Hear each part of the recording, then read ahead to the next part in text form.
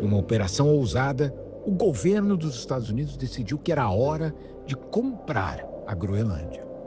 A ideia era impressionante, mesmo para uma potência.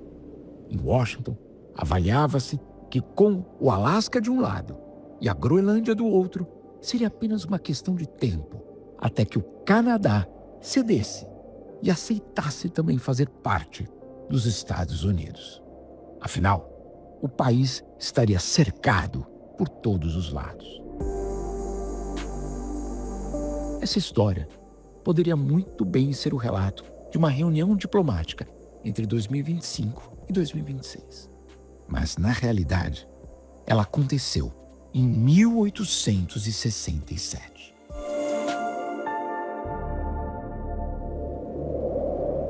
Neste episódio, do De Cabeça para Baixo, vamos voltar no tempo para contar a história diplomática desta terra que há séculos atiça os apetites expansionistas de Washington.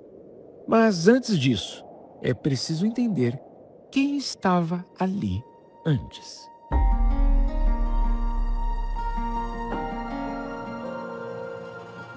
Ao longo dos séculos, a Groenlândia testemunhou a chegada de várias ondas de colonizadores. Povos do Círculo Polar alcançaram a ilha pela primeira vez há mais de 4.500 anos.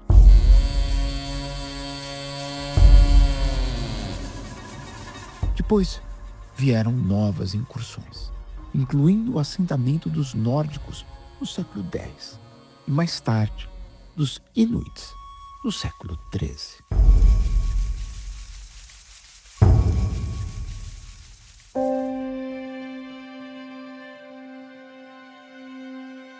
Outras potências marítimas, como Portugal e a Grã-Bretanha, exploraram aquelas costas e ilhas ao longo do tempo.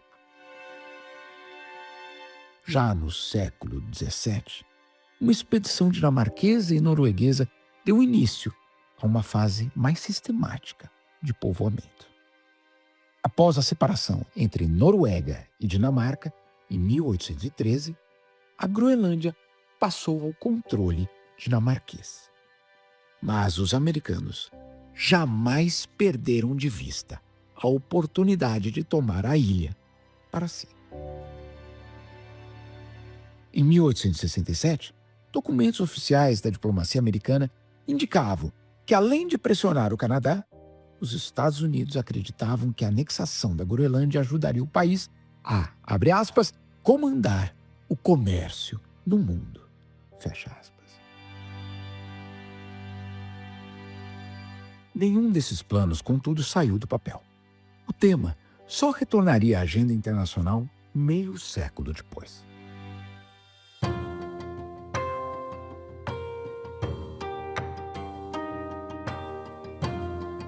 Em 1910, o então embaixador dos Estados Unidos na Dinamarca, Maurice Francis Egan, enviou ao secretário de Estado adjunto americano o que chamou de uma sugestão muito audaciosa. Ele propôs que os Estados Unidos cedessem à Dinamarca a ilha filipina de Mindanao, então território americano, em troca da Groenlândia e das Índias Ocidentais dinamarquesas. A proposta também não avançou.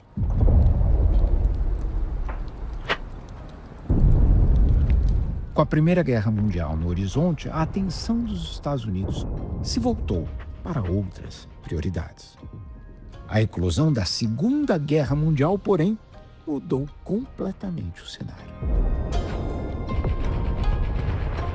Em 1940, a Dinamarca, que havia declarado neutralidade, foi invadida pela Alemanha e um regime fantoche pró-Hitler foi instalado no país.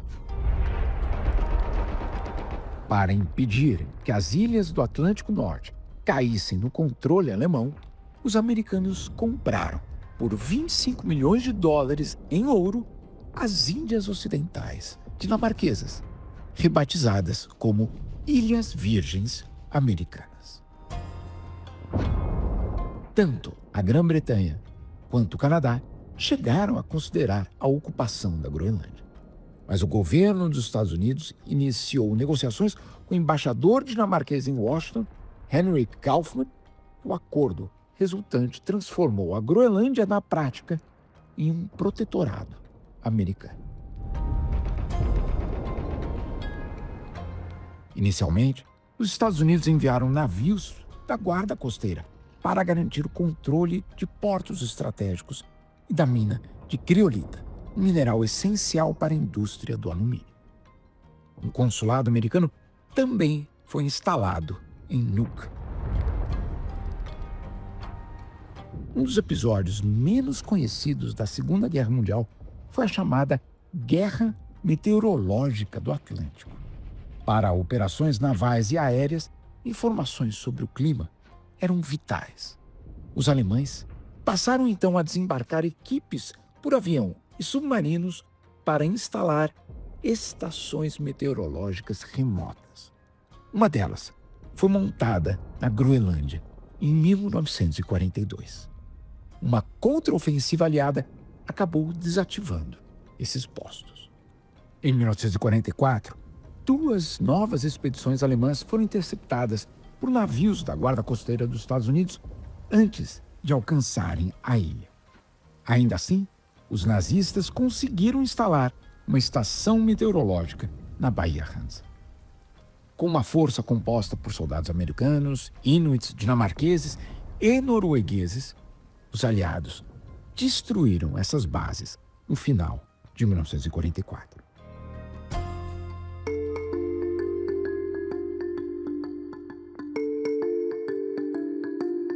Durante a guerra, a Groenlândia também se tornou um ponto de trânsito essencial para aeronaves americanas, integrando a logística da campanha de bombardeio estratégico sobre a Europa. Ao final do conflito, os Estados Unidos haviam estabelecido mais de 30 estações meteorológicas, bases e aeródromos na ilha.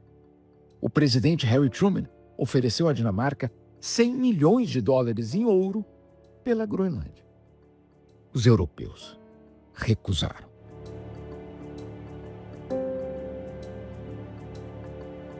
Ainda assim, foi firmado um acordo que permitiu aos americanos manter suas bases no território. Anos depois, durante a Guerra Fria, o caráter estratégico da ilha continuaria a moldar a diplomacia do Ártico.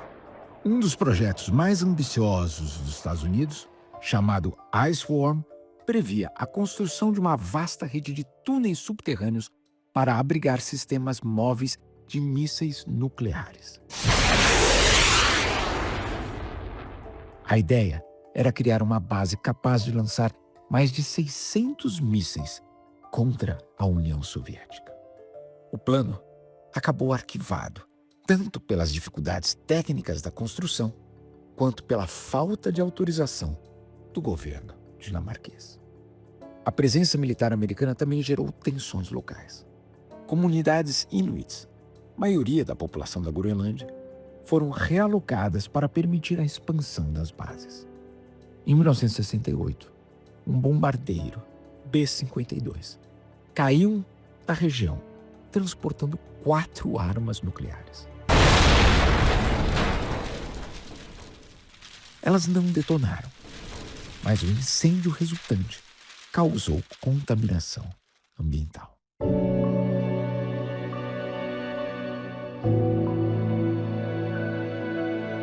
Séculos depois de viver sob o domínio de potências estrangeiras, a população da Groenlândia passou a discutir de forma mais consistente a possibilidade de uma transição gradual rumo à independência.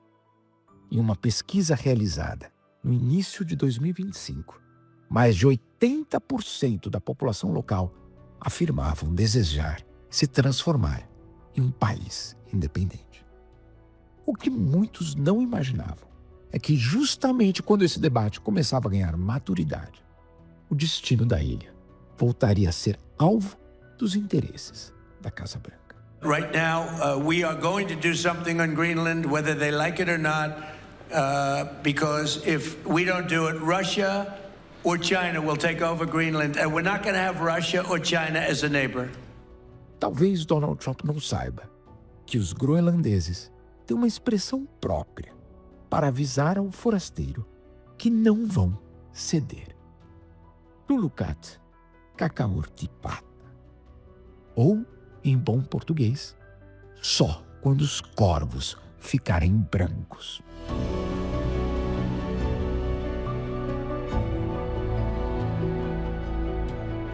Eu sou Jamil Chad e este foi o De Cabeça para Baixo. Se você gosta do nosso jornalismo e quer apoiar o podcast, inscreva-se neste canal e considere assinar Carta Capital. Até a próxima.